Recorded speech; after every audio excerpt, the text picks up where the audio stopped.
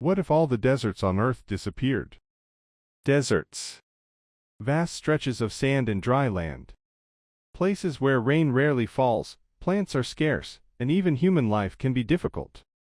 Looking at a desert, you might wonder, wouldn't it be better if all this land were covered with forests and grasslands instead?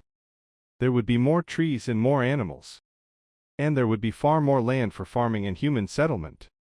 With more plants absorbing carbon dioxide from the atmosphere, it might even seem better for the environment. So, if we could somehow transform every desert on Earth into green forests and grasslands, would our planet become a better place to live? The answer is not that simple. Deserts are not just useless wastelands where nothing grows. They are natural environments shaped by Earth's climate system, with unique ecosystems adapted to extremely dry conditions. So, let's find out what would happen if all the deserts on Earth disappeared. But first, let's start with a basic question. Why do deserts exist in the first place? If we look at a world map, we can see an interesting pattern.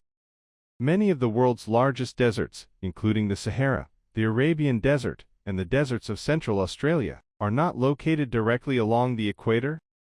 Instead, many of them are found some distance north and south of it. One important reason is the large-scale circulation of Earth's atmosphere. The equatorial regions receive intense solar energy. The heated surface warms the air above it, causing warm, moist air to rise. As the air rises, it cools. Water vapor condenses into clouds, producing heavy rainfall. This is one reason enormous tropical rainforests, such as the Amazon and Congo, developed near the equator. But the rising air doesn't simply disappear. High in the atmosphere, it moves north and south.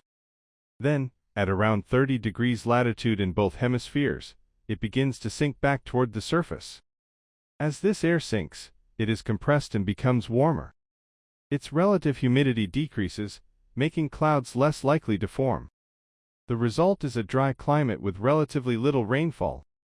This enormous atmospheric circulation system is known as the Hadley circulation. It is one important reason why major dry regions such as the Sahara, Arabia, and Central Australia are found at similar latitudes.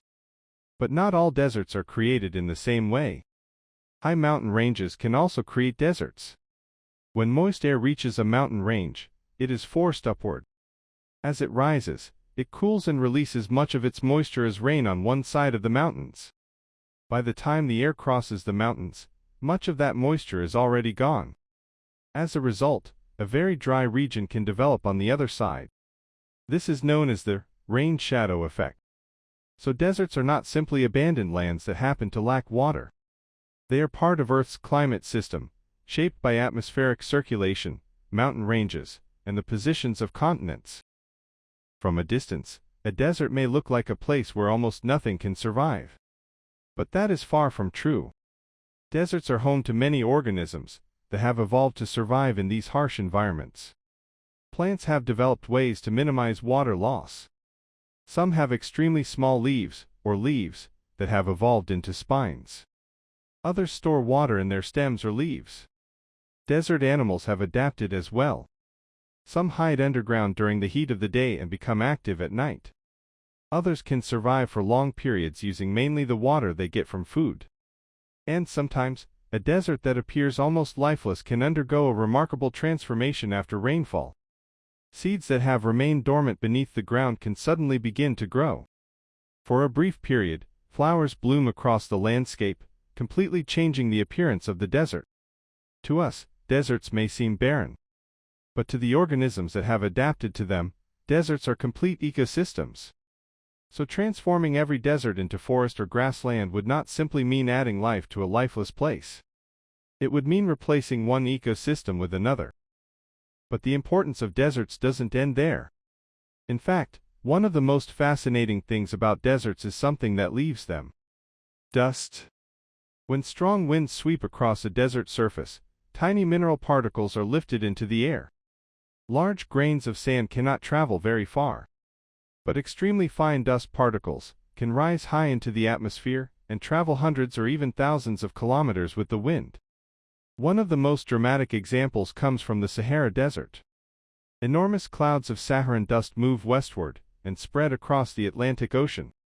According to NASA satellite observations, from 2007 to 2013, an average of about 180 million tons of Saharan dust passed over the west coast of Africa and moved toward the Atlantic each year. Of course, not all of this dust reaches South America. Much of it falls into the ocean along the way. Some is also removed from the atmosphere by rain. But surprisingly large amounts of it cross the Atlantic. And some of that dust eventually reaches the Amazon. So why is desert dust important? Because it isn't just dirt. It contains iron, phosphorus, and other mineral nutrients. Iron, in particular, can play an important role in the ocean. Near the ocean's surface live tiny organisms called phytoplankton. They use sunlight to perform photosynthesis and form the foundation of marine food webs. But not every part of the ocean contains enough of the nutrients they need. In some regions, a lack of iron can limit the growth of phytoplankton. When dust from continents falls into the ocean, the iron and other nutrients it carries can become a source of nutrients for marine ecosystems. Recent satellite observations and studies have also shown that desert dust can affect the growth and health of phytoplankton. So the desert dust that may seem useless to us can become an important source of nutrients for ecosystems thousands of kilometers away. And the journey of Saharan dust doesn't end in the ocean. Some of it crosses the entire Atlantic and reaches South America. There, we find the largest tropical rainforest on Earth, the Amazon. At first, the connection may sound strange. What could one of the driest regions on Earth possibly have to do with one of the wettest? The connection is dust. The Amazon supports an enormous amount of plant life. But the soil beneath a tropical rainforest is not always rich in nutrients. Heavy rainfall constantly washes some nutrients out of the soil and carries them away through rivers and streams. Phosphorus, which is important for plant growth, is one of the nutrients that can be lost this way. But dust from the Sahara contains phosphorus. NASA's analysis of satellite data estimated that an average of about 27 million tons of African dust settles over the Amazon basin each year. That dust carries an estimated 22,000 tons of phosphorus every year. Interestingly, this is roughly similar to the amount of phosphorus lost from the Amazon through rain and flooding. Of course, this does not mean that the Amazon would disappear without the Sahara. The Amazon's nutrient cycle depends on many different processes. These include the decomposition of leaves and dead organisms, as well as soil, rivers, and microorganisms. But one thing is clear. Dust from Africa crosses the Atlantic and contributes to the nutrient cycle of South America. In other words, the world's largest desert and the world's largest tropical rainforest are connected through the atmosphere. Now let's return to our original question. What would happen if every desert on Earth suddenly became forest or grassland? The first major change would be the surface of the Earth itself. Bright desert sand and rock reflect some incoming solar energy back into the atmosphere and space. The degree to which a surface reflects sunlight is called albedo. Forests, on the other hand, are generally much darker than deserts. So if deserts were replaced by forests, less sunlight would be reflected, and more solar energy could be absorbed by the surface. If we considered only this effect, we might expect the surface to become warmer. But another effect would work in the opposite direction. With more vegetation, plants would absorb water from the soil and release it into the atmosphere through their leaves.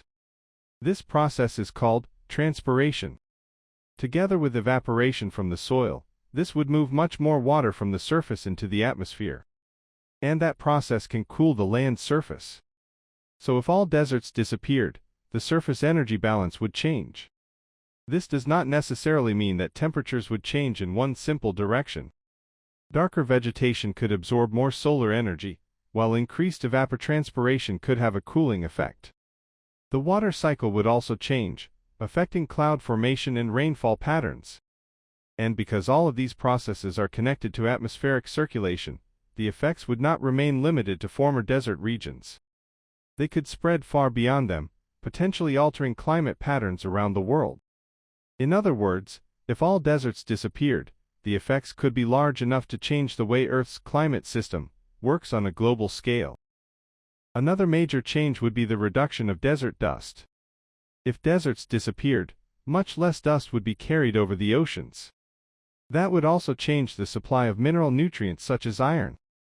In some ocean regions, that depend partly on these nutrients, the growth of phytoplankton could change.